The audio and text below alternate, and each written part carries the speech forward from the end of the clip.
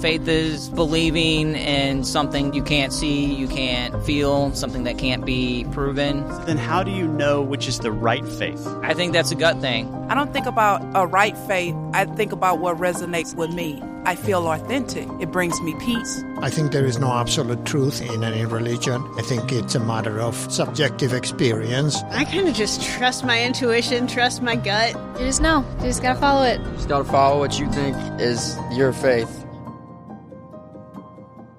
If faith is blind, then what makes one belief better or worse than any other?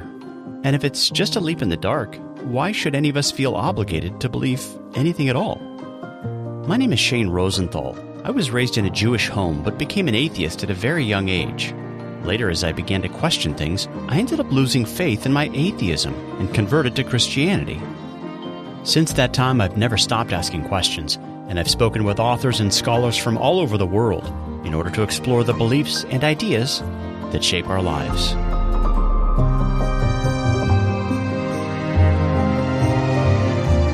Over the years, one thing I've concluded is this: we're all believers. But because there are so many conflicting ideas and worldviews out there, we just can't all be right. So how do we find the truth? On this podcast, we'll start by asking questions. I'm really just trying to figure out what I believe right now. Hey there, and welcome back to the Humble Skeptic podcast. On the last program, I aired part 1 of my interview with Egyptologist David Rohl as we discussed his book, Legendary Kings, along with his work related to the new chronology research. On this program, we'll be airing the second part of that conversation as we explore various archaeological discoveries that could be related to the lives of Saul and David. We also discuss issues related to the recent discovery of the Mt Ebal curse tablet, as well as questions related to the history and chronology of events recorded in the New Testament. So before I bring you the second part of this interview, I'd like to begin this episode with a segment from a documentary that David Rohl produced some years ago titled Pharaohs and Kings, in which he discusses the parallels that exist between various cuneiform tablets known as the Amarna letters and the Bible's account of King Saul and King David. In the 1890s, an extraordinary discovery was made on the site of Akhenaten's capital at Amarna. A peasant woman found a buried hoard of clay tablets covered in ancient writing. They turned out to be diplomatic letters sent to Pharaoh. How much is that? There's a £5. These tablets are now dispersed throughout the great museums of the world. The British Museum in London holds many of the most important Amarna letters, especially those which deal with a revolt in the hill country of Palestine. They contain invaluable details about Egypt and its neighbouring states. They're small tablets. The writing is absolutely minuscule. You can hardly read it without the aid of a magnifying glass. They're letters from the city-state rulers of Palestine to Egypt, to Pharaoh in Egypt. And they contain a wealth of political information of the time. Now, this is a crucial test for the new chronology, because this is the time of the new chronology of Saul and David. So now we have an opportunity to compare an ancient document like these with the Old Testament narratives. In the standard chronology, these letters were written hundreds of years before the time when Saul and David ruled in the hill country of Palestine. But in my chronology, 3.5 centuries have disappeared, and now the Amarna letters and the stories in the book of Samuel are set in the same era. These tablets should provide eyewitness accounts of the rise of Israel, of Saul and David, and the successful Hebrew revolt against the Philistines. One of the most interesting things we find in the Amarna letters concerns a group of people called the Habiru. Now, these Habiru seem to be fighting men. They live in the hill country. Now, that's a very similar sort of situation to what we find in the book of Samuel, where we find David outlawed from the court of King Saul, fleeing out into hill country and gathering around him lots of disparate folk.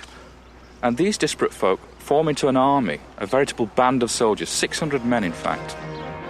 So the interesting question we have here is, are the Habiru of the Amarna letters one and the same as the Hebrews in the book of Samuel?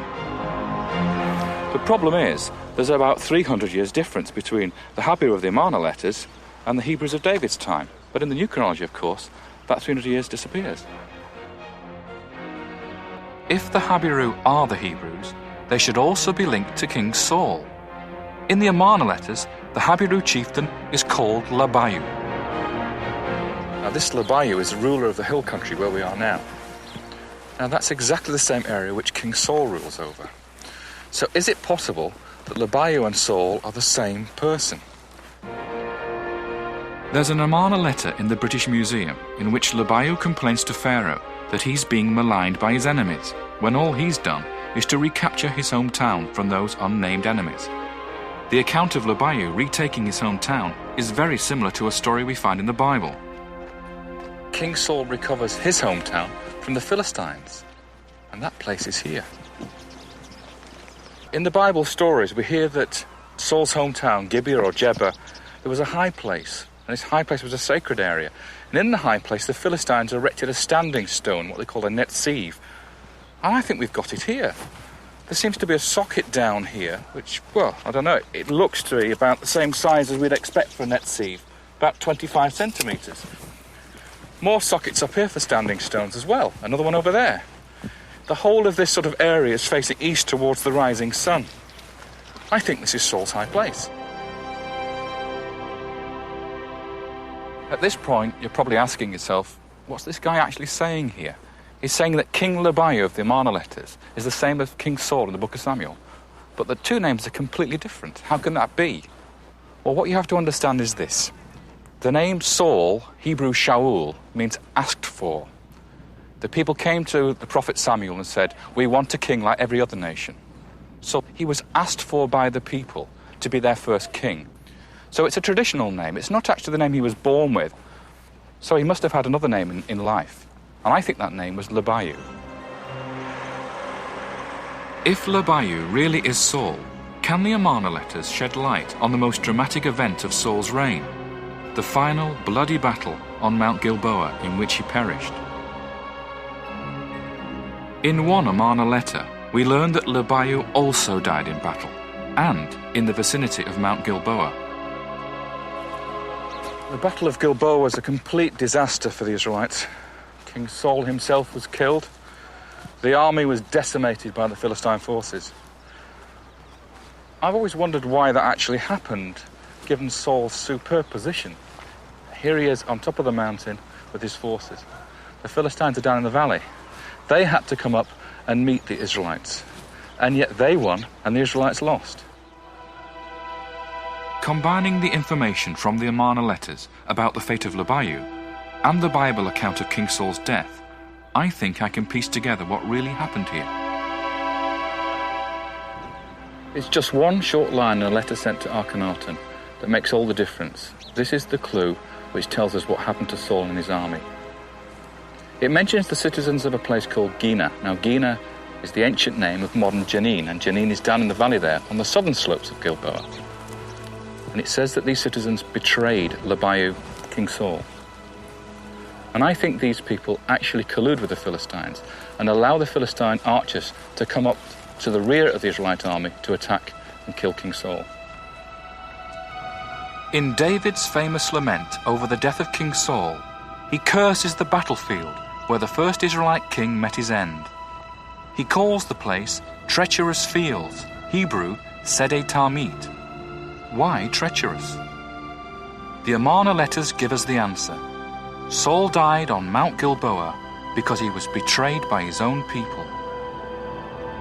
Tell it not in Gath, publish it not in the streets of Ashkelon, lest the daughters of the Philistines rejoice. Ye mountains of Gilboa, let there be no dew, neither let there be rain upon you. O treacherous fields. After Saul's death, David becomes king of the Israelites and lays siege to the city of Jerusalem. In the Amarna letters, Abdi-Heber, king of Jerusalem, writes to Pharaoh in a state of panic. The Habiru are at the gates of the city. The king of Jerusalem pleads with Akhenaten to send troops to rescue him from his enemies. Now that's the last we hear of Abdi-Heber. The Bible gives us the final piece of information. In a single sentence, it tells us that King David and his Habiru army, his Hebrews, capture the city of Jerusalem, which becomes the political and religious capital of the Kingdom of Israel.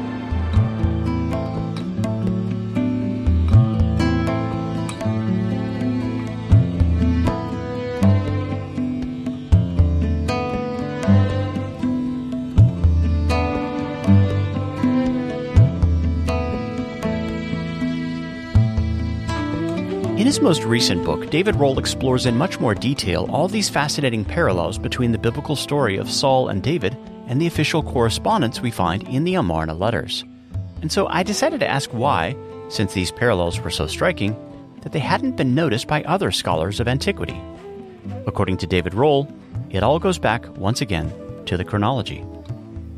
Finkelstein wrote an article saying that Labaya, who's the king of the Amarna period, who lives in the hill country, when he attacks the Philistines and recovers cities from there, he's killed near Mount Gilboa.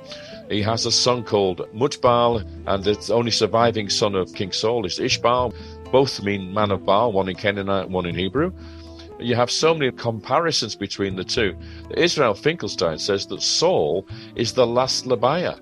In other words, he actually equates the events of King Saul's reign with the events of Labaya of the Amarna letters. But of course, he can't make them the same person because there's 300 years separation in the two of them in the conventional dating scheme. So he basically points out all the similarities in terms of the region where the kings reigned, what their activities were, who they fought against, etc., etc. Direct comparisons in Saul's time to the time of Labaya, but he can't make the equation that Labaya is actually Saul, because he has this 300-year difference between the two periods. In the revised chronology, those 300 years disappear. And then you can have Labaya, the Lion of Yah, which is what it means, as King Saul. Remembering that Saul's name, Shaul, means asked for, because he was the first king to be asked for by the people of Samuel. So it's basically a regnal name. Yeah, basically the people say, we want a king like every other nation. Yeah. So, and they go to Samuel and say, pick a king. So he anoints Saul, Shaul, asked for. And then you get Solomon, which means peace as well. That's not his real name. The Bible tells us that he was born with the name Jedediah. Okay, and then, but he's named Solomon because it means shalom, peace. Yeah. It means a time when Israel didn't go to war, particularly. David, on the other hand, it means the beloved, and that may well be his original name, although maybe not.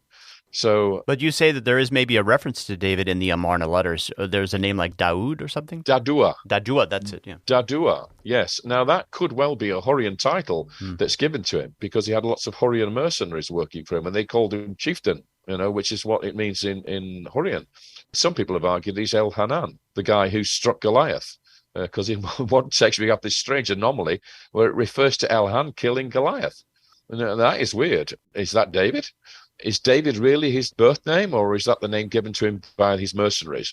Dadua, chieftain, or whatever. But in Hebrew, of course, it means the beloved. What's the date for the Amarna letters? Like, what time period did they come from? Okay, so in the conventional dating scheme, we're talking about 1350, around that time, 1350, 1400, something around that period. Akhenaten and Tutankhamun, around that era. And that's in the conventional dating scheme. Well, if we go to the revised chronology, which takes these 300 years out at that period of time, then we're down into the time of Saul and David. Yeah, right. So we're in sort of like 1030, 1040, around that period. Yeah. So then you can equate Saul and his son Ishbal with Labaya, and his son Mutbal, which both names mean man of Baal. So you have so many similarities between Saul and Labaya that it really... The only thing that's stopping people from making the connection between the two is the fact we have a 300-year gap between them. And if you're right that Labaya is a different name for Saul, then we actually have a letter from Saul recorded in the Amarna letters. We have two. Yes, we have two. Writing to Pharaoh, and he's being a cheeky one. Yeah. Because he's basically saying, don't mess with me, Pharaoh. I'm just taking my own cities back. And of course, in the story of Saul, he does do that with Jonathan. He takes Michmash and Gibeah back, or Gibeah back, from the Philistines. And so he's saying, look, these people are going to snatch my cities, and I'm taking them back. So back off, Pharaoh. You have this very strong character there. And Albright actually, when he looks at these Amarna letters, says that Labaya writes in pure Hebrew. He says that the language is Hebrew. not Canaanite. But in cuneiform or something like that? Yes, they're written in cuneiform, but the language, most of the Amarna letters are either Canaanite or Akkadian, but the Labaya letters are not. They're rustic, he calls them. They're written by somebody who's not familiar with the rules of kingship. And of course, Labaya was asked for by the people. He wasn't destined to be king. So his scribes are not, thoroughbred scribes of linguistic interconnections between different civilizations. The lingua franca of the period was Akkadian. But here he is writing in Hebrew, according to Albright. At one point, he complains that his son has become a traitor or something to that effect, which seems similar to the biblical story. Exactly. He says that his son is associating with the Habiru. And the Habiru, of course, in the period of Saul, are the Hebrews, the mercenaries of David. So Jonathan is David's best friend. He goes off and associates with the Hebrews, David and his Hebrew mercenaries. Do you think the Habiru are all Hebrew-speaking people and that some of the Habiru are Israelites? What's your take on that? Yeah, definitely. The word Hebrew, we mustn't think that the word Hebrew is equated with Israel or Israelites. The Hebrew basically, if Habiru anyway, the word Habiru means dusty feet. It basically refers to people who are wanderers, who are not settled in cities. And that describes really what Hebrews were. So it's a little bit like, what would you call them today? Bedouin? Yeah, the derogative term is gypsy. Okay. You would refer to today, okay. But there would be people who are unsettled, who migrate around, who do not settle down permanently. And so Hebrews, Israelites were Hebrews, but not all Hebrews were Israelites, basically. Right. So the next thing I'd like to discuss with you is the recent discovery of the lead curse tablet that was found on Mt Ebal. Have you looked into that? Oh, well, who wouldn't? It's big news, isn't it? I believe that Scott Stripling has argued that the tablet fits with the older Exodus chronology. Is that your understanding as well? Well, what he means by that is that they follow the ABR folks, Associates for Biblical Research people, including Scott. They all go for an Exodus in the middle of the 18th dynasty. So what he means by that is, yes, the inscription and the curse goes back to around that time, around the time of the middle of the 18th dynasty, which suits their chronology. On my point of view, is it doesn't affect where I put it, because the curses would continue well after the period. That would be a marker for a later period. It wouldn't be the time when the actual curses first began. Gotcha. But yes, it's a curse tablet. But is it associated with the altar of Joshua? That's the question. Right. Well, according to the press release, the tablet contains Proto-Sinaitic script, which, among other things, includes the words, cursed by the god Yahoo. And so if after the peer review process, it's determined that this tablet really does include the Hebrew word El for God, alongside the older form of the name Yahweh, do you think this would be solid evidence that would help to uproot the reigning JEDP theory, which basically teaches that the priests at the time of Ezra, created the Bible by weaving together the Yahwist and the Elohimist sources together, and yet here we find it in a single sentence? Yeah, now that is interesting. Yes, I think if that's the case, I mean, I was not aware that was a reading, because when the big splash came about the discovery of that, there were lots of questions being asked. If they've now produced the evidence that you have Yahoo in there, and don't forget also that in the Egyptian text, we also have the Shasu of Yahoo in an Egyptian text as well, which comes from this same period, the 18th dynasty. So that's just before Akhenaten. And we actually have an Egyptian hieroglyphic text that mentions the Shasu, the Bedouin of Yahweh or Yahoo. So this name Yahoo goes well back. And in fact, that's why you get these people now in the conventional scheme saying that the Midianites were worshippers of Yah. But of course, it could be the Hebrews with this revised dating scheme. It could be the Israelites. Yeah. And that, of course, connects too with the criticism people offer you, because, you come up with a new chronology and everybody calls you a Yahoo. Now, I've not heard that, so that's interesting. I shall go and sulk in a dark corner for a bit now. Yahoo, Yahoo. Oh, Yahoo. Oh, right. Okay. A crazy Yahoo. Yeah, exactly. The thing is, you see, this name is interesting, isn't it? Because it's basically, I think, the original name of God. The Hebrew God was Yah. Right. And then you have that in the name of most of the kings and prophets, Jeremiah and Hosea. And then we get some called Eliyahu. Elijah is Yahoo, as opposed to Yah. But I think the original name was Yah. And I believe that the actual name Yahuwah, which you wouldn't perhaps pronounce Yahweh, was Yah makes to exist. Yah is one word, and Hua means makes to exist or exists. So it's an epithet. So the original God's name was simply Yah, and that seems to reflect the idea that in Mesopotamia, and going back to the early Sumerian texts, we have two names. We have Enki, and he is in the Semitic language, is Ea, and he's referred to even in the Hittite text as Ea. Right. So it's possible that that's where he originates from. That he's the god who whispers to the flood hero that the rains are coming and that you must build an ark in the Mesopotamian literature. So he fits the bill very nicely. They say also that they found some scarabs there at Mt Ebal, one of them belonging to Thutmose III. If true, would this fit with your view of the timing of the conquest period? Again, it's yes. I mean, it doesn't matter if you find stuff that's later than the time of your Exodus. It's not a problem. It's the other way around that's the problem. Right. When you have an Exodus in the 19th dynasty and you got all this stuff from the 18th dynasty there, then you have an issue with it. But of course, if I'm arguing that the Joshua's altar was constructed wherever in the Middle Bronze Age, then if you're in the Late Bronze Age, the Late Bronze 1, then it would be perfectly logical to find stuff like scarabs like that in this part of the world. So, especially on that mountain. So, yes, I mean, Thutmose III is really on the conventional dating scheme where you should have the Exodus if you wanted to have the 1446 Exodus date. Unfortunately, the ABR folks, the Associate Biblical Research folks, think it's Amenhotep II who comes after Thutmose III. So then you've got a problem, haven't you? Because if you've got Thutmose III scarabs on Mt Ebal and they're claiming that is the time of Joshua, but they've got an Exodus in the generation after this, in the time of Amenhotep II, isn't that a problem? All right, so now I know that you're an Egyptologist, but I'm wondering if you've ever had the opportunity to look into issues related to the history and chronology of the New Testament. Okay. This is a hobby of mine. Okay. I'm not really a New Testament scholar, but I love mysteries. And one of the things I've always thought was a bit peculiar is related to the crucifixion and the burial of Christ. For me, the story is such a dramatic and amazing story. But I've never believed for 1 minute that the Holy Sepulchre or the Garden Tomb were the place where the crucifixion and the burial of Christ took place. And it seems very clear to me that it's all related to the original location of the Temple of Solomon. So the temple faced, as we know, to sunrise. Facing the Mount of Olives. It's facing the Mount of Olives. And in the story of David fleeing from Absalom, he goes to the summit of the Mount of Olives, which is called the head. Yeah, the summit. And Golgotha means skull, but it also means the head.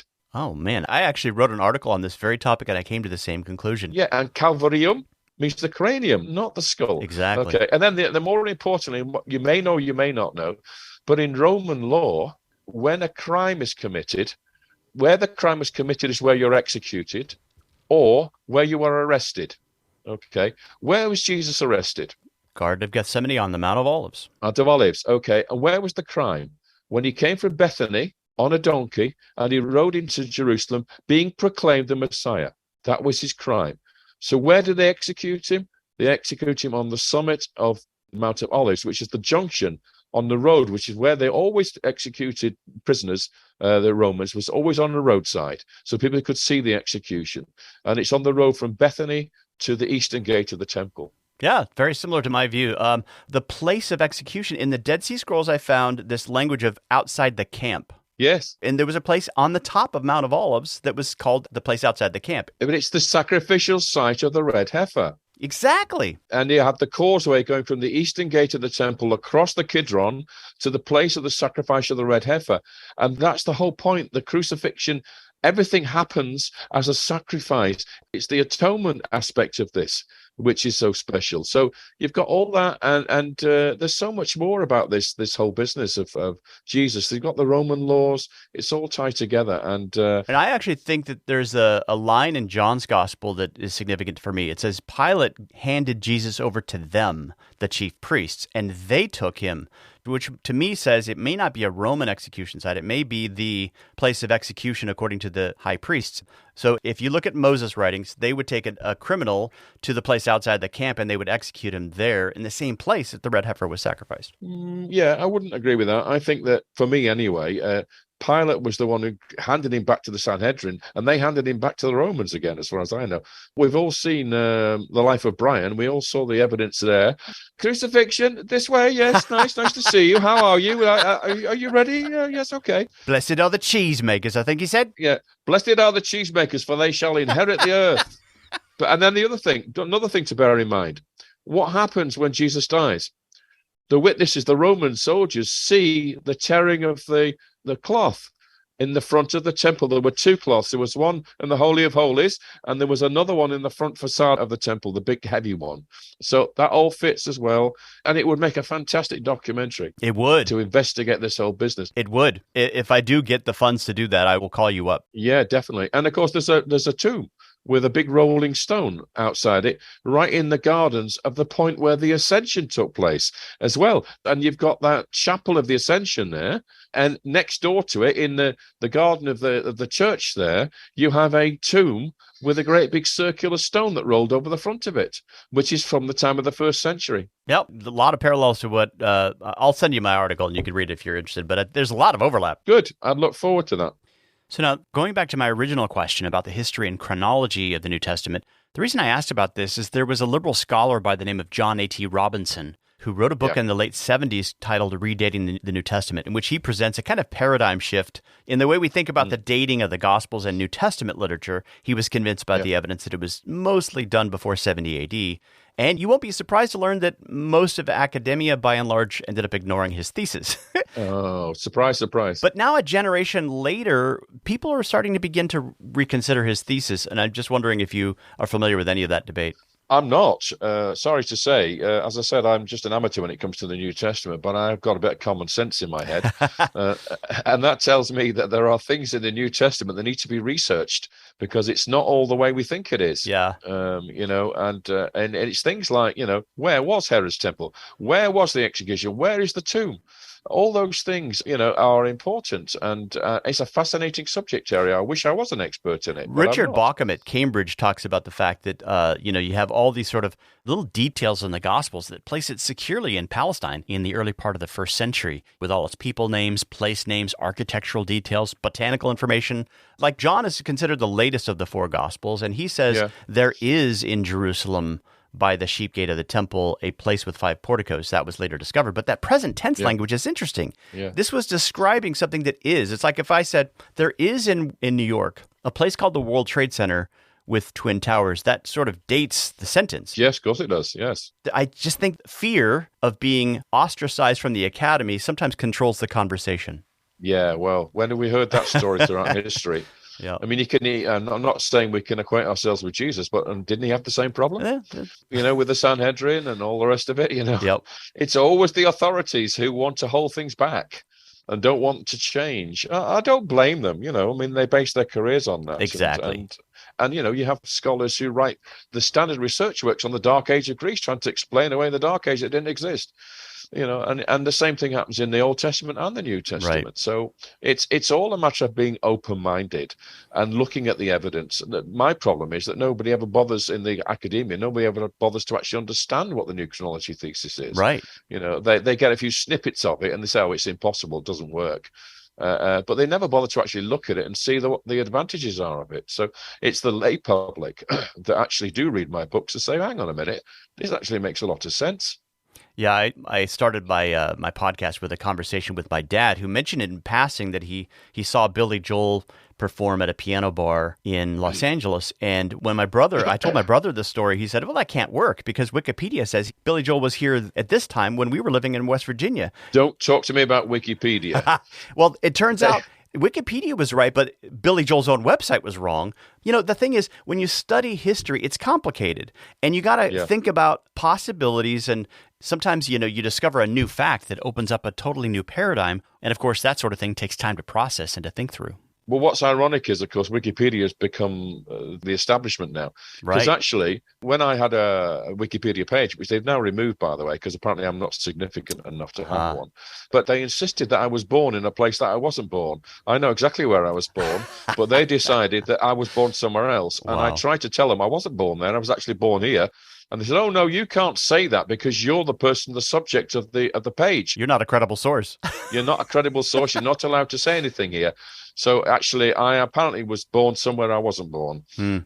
So they have the authority, and you're not allowed to change what they say.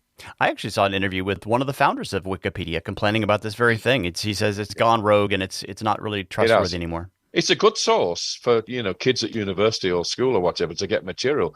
But when it comes to living people, they are on very dangerous ground when they refuse to accept what that living person tells them needs to be corrected. And, of course, they like to follow orthodoxy. They do not like to follow new ideas at all. So you get weird kooks writing stuff in there and editing and refusing to allow people who are actually more wiser than them, who have more information, to actually correct the mistakes they make. And they like to hide any possibility of revisionism, whether it be New Testament or Old Testament or any other subject. Which is why we need to apply critical tests and do a little digging and research so we can be confident about the truth. And that's why I called the show The Humble Skeptic, because we should be skeptical even of our own views, because, otherwise confirmation bias sets in, and we need to challenge ourselves to say, have I got this right? Yeah, no, you're dead right. And that's why I always say that, I refer to other experts when I'm not an expert. And I also say, maybe my ideas will change. And they have. From the time when I first wrote my first book in 1994 all the way to today, things have changed in the chronology, because when I see new evidence, I adapt and change and shift and move things around. The idea of setting it all in stone or concrete and then forgetting that anybody could ever change it is wrong in my view. You have to be open-minded throughout your career. Yep. Well, I've been talking with the world-famous Egyptologist, Dr. David Rohl, and we've been discussing his latest book, primarily, Legendary Kings, The Real Bible Unearthed. This is actually a 2-volume work, and the second volume is still yet to be published. Do you have a release date yet for that second volume? I'm still working on it. I should have the book written in probably in the next 2 or 3 months, but then there's a whole process of the typesetting and getting the photographs done and all the rest of it. Probably another year. I guess that, yes. But at the moment, they're being released out, the first one was released out as a Kindle. So my books are all in full color, so they're very expensive to print.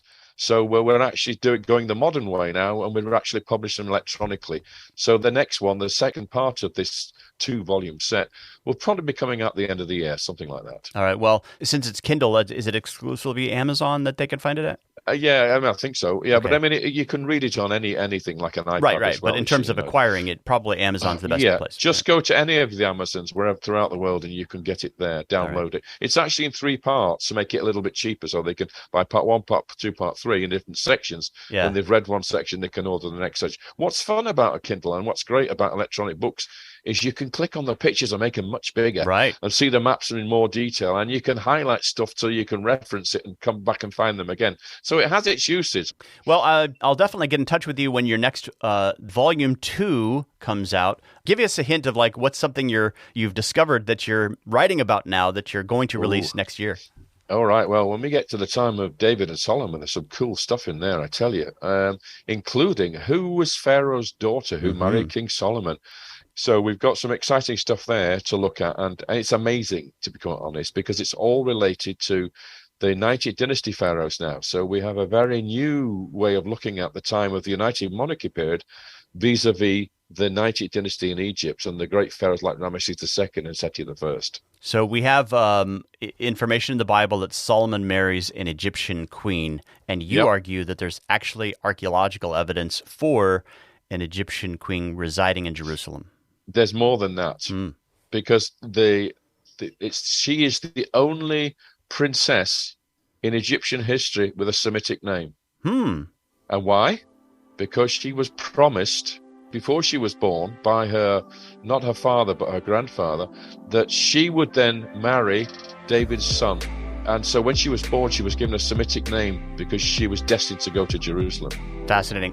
Well, I'm looking forward to receiving that volume when it becomes available, and I definitely want to encourage our listeners to order a copy of Legendary Kings Volume 1. Dr. David Rohl, thanks so much for being my guest for these 2 episodes of the Humble Skeptic podcast. It's been great fun.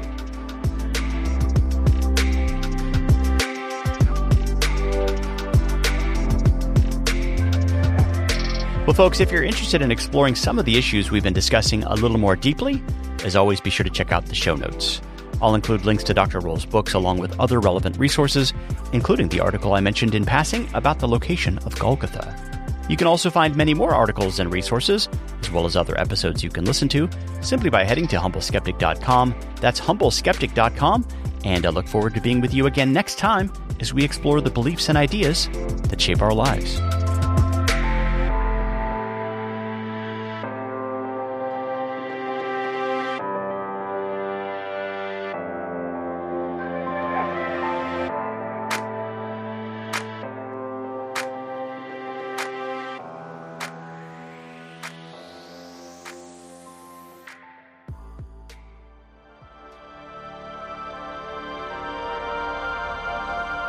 It's extraordinary to think that here in the British Museum, and in the Berlin Museum, and the Louvre, and the Cairo Museum, we have letters from the time of King Saul and King David. It's now contemporary with the Alamanna period, and we actually have here, in this tray, a letter from King Saul, a letter from his son Ishmael containing the name of King David. What an amazing discovery.